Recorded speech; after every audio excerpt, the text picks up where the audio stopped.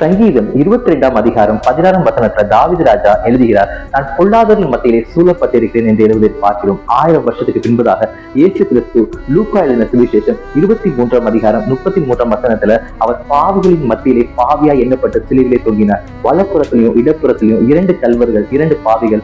அந்த பாவிகளோட பாவியா அவமானத்தின் மத்தியில அவர் என்ன பண்றாருன்னா இன்னொரு பாவியின் ரூபம் எடுத்து, அடிமையின் ரூபம் எடுத்து சிலுவையிலே அவர் என்ன பண்ணார் அப்படின்னா தம்மை கீழ்ப்படுத்தி அவர் ஒப்பு கொடுத்தார். எதுக்காகனா உங்களை நீதிமானாய் மாற்றுவதற்காக. அவர் தம் குற்றவாளி என்பதற்காக சிலுவையிலே தொங்கவில்லை, சிலுவையை ஏற்றுக்கொள்ளவில்லை, சிலுவையை சுமக்கல, சிலுவையில அறையப்படல. உங்களை நீதிமானாய் மாற்றும் ஒரே எண்ணத்தினாலே அவர் தமது எல்லா ஆத்மையும் உங்கள் மேல் வர வேண்டிய எல்லா தண்டனைகளையும் எல்லா ஆத்மையையும் தம்மீது அவர் ஏற்றுக்கொண்டார். சிலுவையிலே அவர் தொங்கினார்.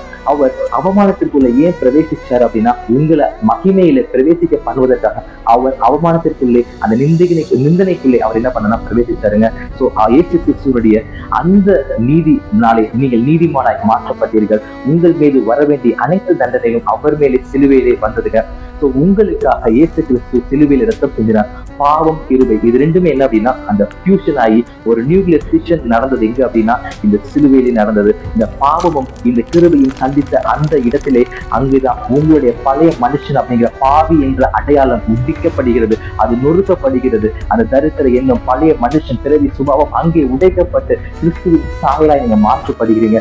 அது கிழிக்கப்படாத அந்த அங்கி கிருபையின் அடையாளம், பிளவுபடாத கிருபையின் அடையாளம். அதை கிறிஸ்து உங்களுக்காய் தந்தார். நம் குற்றமற்ற நிராபர குருதியை அது ரத்தத்தை சிந்தி உங்களை நீதிமானாய் மாற்றி இருக்கிறார். குற்றவாளிகள் மத்தியிலே குற்றவாளி எண்ணப்பட்டு உங்களை நீதிமானாய் மாறும்படியாய் அவர் செய்தாருங்க.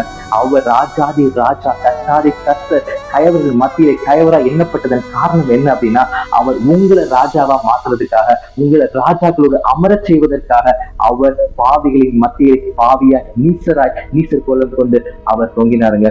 சோ இந்த நாளிலும் கூட கர்த்தர் உங்களை ராஜாவாய் மாற்றி இருக்கிறார், உங்களை நீதிமானாய் மாற்றி இருக்கிறார். You are the chosen one. நீங்கள் தேர்ந்தெடுக்கப்பட்டவர்கள், கிறிஸ்துவுக்குள்ளே நீங்கள் வெளியேறப்பட்டவர்கள். You are the beloved of Christ. Amen.